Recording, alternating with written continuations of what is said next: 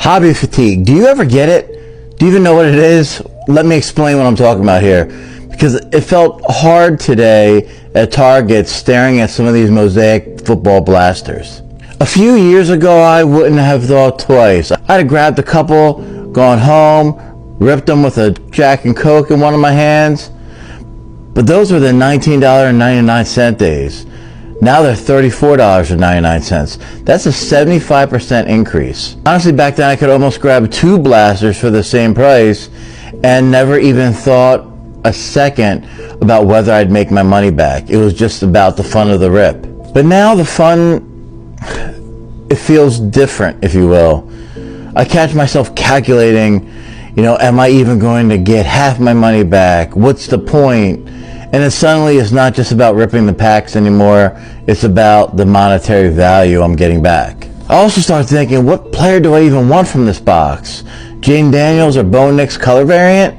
If so, instead of ripping this, maybe I should go on eBay, see how much the actual card is, and then I start thinking maybe I can wait and snag this card later for about the same price as a blaster, especially since Mosaic football cards tend to drop pretty hard price-wise after the season ends. But then that itch kicks in. I want to rip something now. What if I pull something big? What if I get lucky? And that's all happening in 5 to 10 seconds in this head.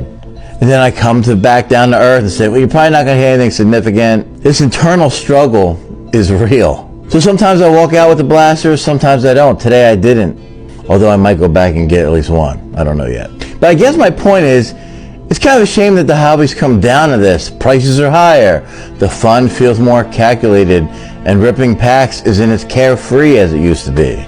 And sure, for people with super deep pockets, maybe it doesn't matter if it's $20 or $35. But for the general populace of sports card collectors, it kind of does. And it's hard not to feel that hobby fatigue.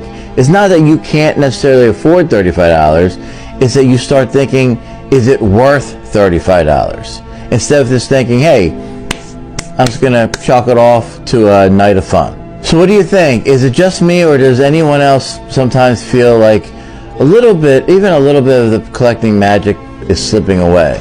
Now, I'll still collect. I'll probably collect forever. But the act of ripping and opening sports card boxes and packs, I'm not so sure. As always, let me know what you think in the comments.